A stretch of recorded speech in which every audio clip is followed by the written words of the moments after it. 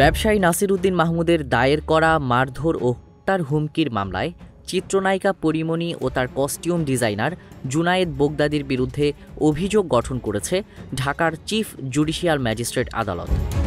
একই সঙ্গে আদালতে অনুপস্থিত থাকায় তাদের বিরুদ্ধে গ্রেপ্তারি পরোয়ানা জারি করা হয়েছে। মামলার বিবরণ অনুযায়ী 2021 সালের 8 জুন সাভারে বোট ক্লাবে পরীমণি ও তার সহযোগীদের সঙ্গে নাসির উদ্দিন মাহমুদের একটি বিবাদ হয়। অভিযোগে বলা হয়, বিনামূল্যে মদের বোতল চাওয়ায় সাড়া না দেওয়ায় পরীমণি তাকে গালমন্দ করেন এবং গ্লাস ছুঁড়ে মারেন, যা নাসিরের গায়ে লাগে।